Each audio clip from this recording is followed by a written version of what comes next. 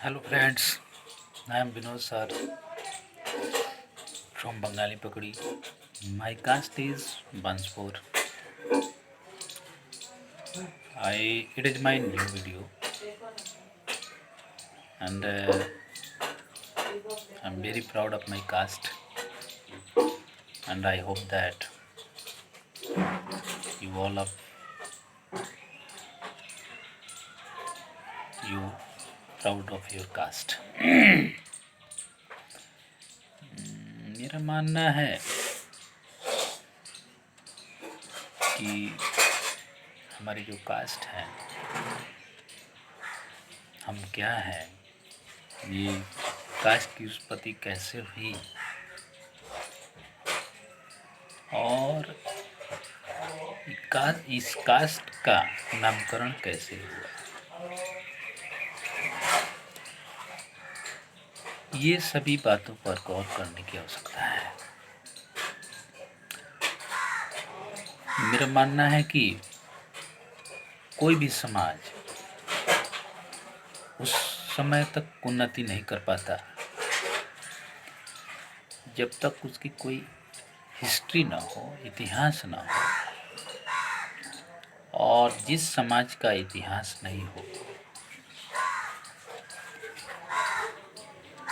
उसकी उन्नति संभव नहीं है और वह एक जानवर के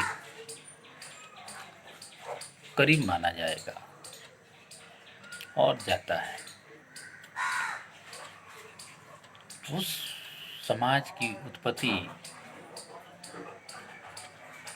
बहुत जोर शोर से हो जाती है जिसकी कोई हिस्ट्री हो, इतिहास हो, और जिस समाज का इतिहास जितना ही मजबूत होता है वह समाज उतना ही उन्नति कर पाता है। और हमारे समाज का इतिहास हमें पता नहीं है। ऐसा नहीं है कि हमारा इतिहास नहीं है, हमारा इतिहास तो इतना मजबूत है कि जिस दिन हमारे समाज के लोग उसको जान जाएं तो अपने आप हमारे समाज की उन्नति होने लगेगी। सबसे बड़ी बात यह है कि हमारे समाज का इतिहास क्या है। तो मैं आपको थोड़ी सी बातें बताऊंगा और अगले वीडियो में धीरे धीरे सारी बातों को मैं खोलूंगा। लेकिन ज़रा सा मैं आपको बता दूं, जैसे जिस धर्म में हमें बहुत छोटा समझा जाता है, जैसे मान के चलिए हम हिंदू माने जाते हैं और उस हिंदू धर्म में, समाज में सबसे नीचे तबके के लोग हमको ही माना जाता है। लेकिन मैं बता दूं कि ये सोची हुई रणनीति के तहत हमें छोटा बना दिया गया। इसका भी कारण है क्योंकि हमारा इतिहास इतना मजबूत है कि वो हमसे इतना नफरत करने के बावजूद भी कहीं ना कहीं हमारी इम्पोर्टेंस को देखते हुए अपने समाज से जोड़ते हैं। हमारी इम्पोर्टेंस हिंदू धर्म में इतना ज़्यादा है कि सोच कर ही आदमी दम रह जाता है कि जिसका इतिहास इतना स्ट्रॉन्ग हो, उस व्यक्ति, उस समाज को इतना नीचे कैसे कर दिया गया। तो इसके बारे में मैं बताऊंगा कि कुछ कपटी लालची लोगों की वजह से हमारा ये आज हाल है। जरा सोचिए कि जिस धर्म में हम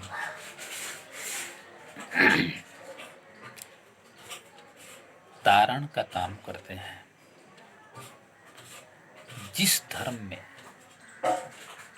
हम नई जिंदगी का शुरुआत करते हैं, हमारे द्वारा नई जिंदगी की शुरुआत होती है, उसमें हम इतना नीचे कैसे चले गए? हमारे ही समाज के द्वारा हिंदू धर्म में बांस का डाला दिया जाता है, जो डाला एक नई जिंदगी की शुरुआत करता है और ये संदेश देता है कि तुम जो है नए जीवन को प्राप्त करो और नए जीवन की उत्पत्ति करो। अब मैं बता दूं कि हिंदू धर्म में जब लोग मरते हैं उस वक्त भी हमारा इतना इम्पोर्टेंस है कि हमारे द्वारा मुखाग्नि दी जाती है और तब जाके हिंदू धर्म का कोई व्यक्ति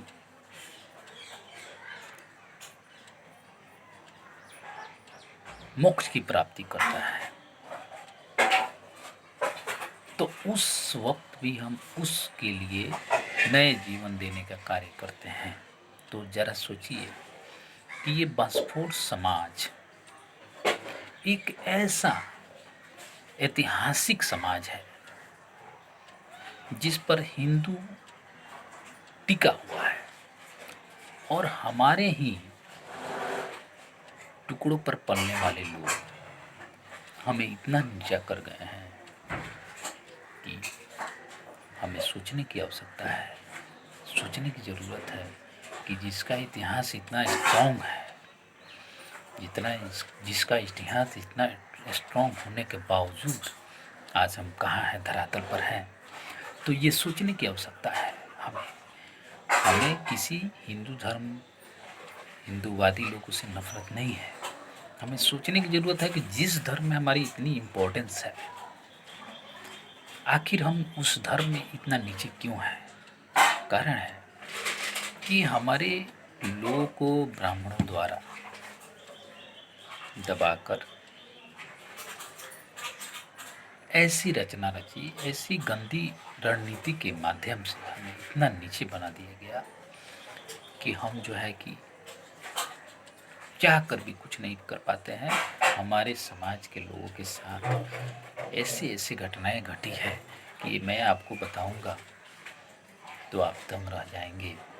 तो इसलिए आप सभी बांसफोड़ भाइयों से आग्रह है कि अपने इतिहास के बारे में जानें और ज़्यादा से ज़्यादा लोगों को बताएं ताकि हमारे समाज में भी इतिहासकार उत्पन्न हो और अपने इतिहास के बारे में जानें और ज़्यादा से ज़्यादा लोगों को शेयर करें ताकि हमारे भी बच्चे, आने वाली पीढ़ियां अपने आप को जाने कि हम क्या हैं। नहीं तो अगर हम ऐसे ही चुप बैठ जाएंगे तो आने वाली पीढ़ी के साथ जब वो घटनाएं घटित होंगी, जब उससे पूछा जाएगा कि तुम्हारा इतिहास क्या है, तो हमारे ही लोग या कोई भी जो भी आदमी है वो बताता है क्या कि ये बांसफोड़ समाज का इतिहास है, ये दारू पीते हैं, सुअर का मांस खाते हैं और नाली साफ करते हैं। इतना ही तक सीमित हमारा इतिहास रखा गया है। इसे जानबूझ करके ऐसा बनाया गया है कि वो व्यक्ति, वो समाज अपने हिस्ट्री के बारे में न जाने और न ही उसकी कीमत को पहचाने। तो मैं आपसे आग्रह करता हूँ कि नई नई चीज़ों को देखें, खोजें। अभी तो मैं आपको एक और बात इम्पोर्टेंस बताने जा रहा हूँ कि मेरे हिसाब से मैंने जो सर्च किया है, जैसे जंगलों में बहुत पहले जब आदि मानव रहते थे तो मांस खाते थे, तो मांस खाने की प्रवृत्ति को देखते हुए मैं ये अंदाज़ा लगाता हूँ कि मांस खाने में भी हमारे लोग, समाज के लोग बहुत ही दार्शनिक हुए होंगे। उनका मांस खाने का भी तरीका ये बतलाता है कि हम आदि मानव के वक्त भी काफ़ी इंटेलिजेंट थे। जैसे हमारे मांस खाने का जो तरीका है, कई प्रकार के मांस को हम बना सकते हैं।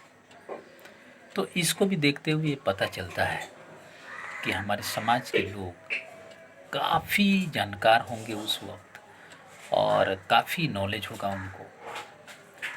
आज बताइए, आपसे मैं जानना चाहता हूँ, कोई भी समाज का लोग, उसको मांस जो खाता है उसको एक तरीके की जानकारी होगी, लेकिन हमारे लोग बहुत प्रकार के उस मीट को खाते हैं कई तरीक़ा से बनाकर।